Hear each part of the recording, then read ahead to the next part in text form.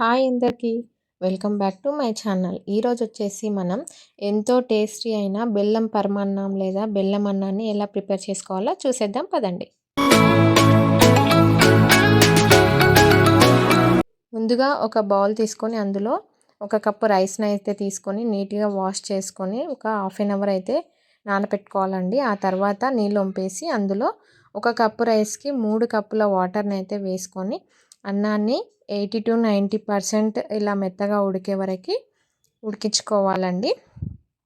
ఇలా వీడియోలో చూపిస్తున్నట్టుగా కుక్ చేసుకోవాలి. ఆ తర్వాత సన్నగా తరిగి పెట్టుకున్న ఒక కప్పు బెల్లాన్ని అయితే యాడ్ చేసుకోవాలండి. ఏ కప్తో అయితే రైస్ని తీసుకుంటామో అదే కప్పుతో బెల్లాన్ని ఒక కప్పు రైస్కి ఒక కప్పు బెల్లాన్ని యాడ్ చేసుకోవాలండి.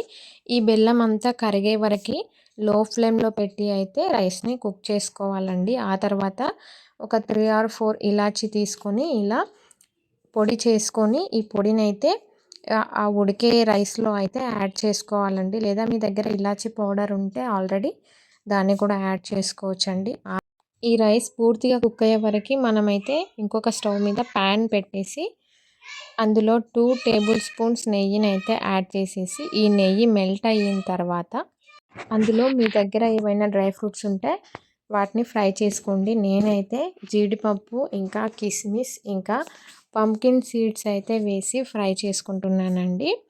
వీటిని బాగా గోల్డెన్ కలర్లో వచ్చేటట్టు ఫ్రై చేసి పక్కన పెట్టేసుకోవాలండి. ఇలా వీడియోలో చూపిస్తున్నట్టుగా అయిన తర్వాత వీటిని పక్కన పెట్టేసుకోవాలి. ఇప్పుడు ఒక టీ గ్లాస్ అన్ని ఆల్రెడీ కాగపెట్టేసి చల్లార్చుకున్న పాలను అయితే యాడ్ చేసుకోవాలండి రైస్లో. వాటిని బాగా మిక్స్ చేసుకోవాలి. అంతా మొత్తం కలిసేలాగా అన్నము పాలు మొత్తం మిక్స్ అయ్యేలాగా బాగా కలుపుకోవాలి. ఆ తర్వాత కొంచెం చిటికెడు సాఫ్రాన్ అంటే కుంకుమ పువ్వు అండి, మీ దగ్గర ఉంటే యాడ్ చేసుకోవచ్చు, లేదంటే లేదు, స్కిప్ చేసుకోవచ్చు. ఇది పూర్తిగా ఆప్షనల్ అండి. దీన్ని వేసి బాగా మిక్స్ చేసుకోండి. మనం ఇందాక నెయ్యిలో వేయించి పెట్టుకున్న డ్రై ఫ్రూట్స్ని అయితే వేసి ఇందులో బాగా కలుపుకోవాలండి. నేను డ్రై ఫ్రూట్స్ వేయించుకున్నప్పుడు కొబ్బరి వేయించుకోవడం మర్చిపోయానండి. అందుకని మరొక ప్యాన్ పెట్టి అందులో కొద్దిగా నెయ్యి వేసి ఇలా కోకోనట్ ముక్కలను అయితే చిన్న చిన్నగా కోసి వేయించుకొని వాటిని కూడా ఇందులో అయితే యాడ్ చేసుకున్నానండి. ఇప్పుడైతే మనకైతే కమ్మగా ఎంతో తియ్యగా ఉండే బెల్లం పరమాన్నం అయితే రెడీ అయిపోయిందండి. నేనైతే దేవునికైతే నైవేద్యం అయితే పెట్టేశానండి. నైవేద్యం పెట్టే ముందు ఇంకొక టీ స్పూన్ నెయ్యిని అయితే నేను యాడ్ చేశానండి. ఇది టేస్ట్ని మరింత పెంచుతుంది. మేమైతే బెల్లం అన్నం లేదా బెల్లం పరమాన్నం అంటాం. మరి మీరేమంటారో కామెంట్ బాక్స్లో తెలియచేయండి. చూసారా, ఎంతో టేస్టీగా ఉండే బెల్లం పరమాన్నం అయితే రెడీ అయిపోయింది.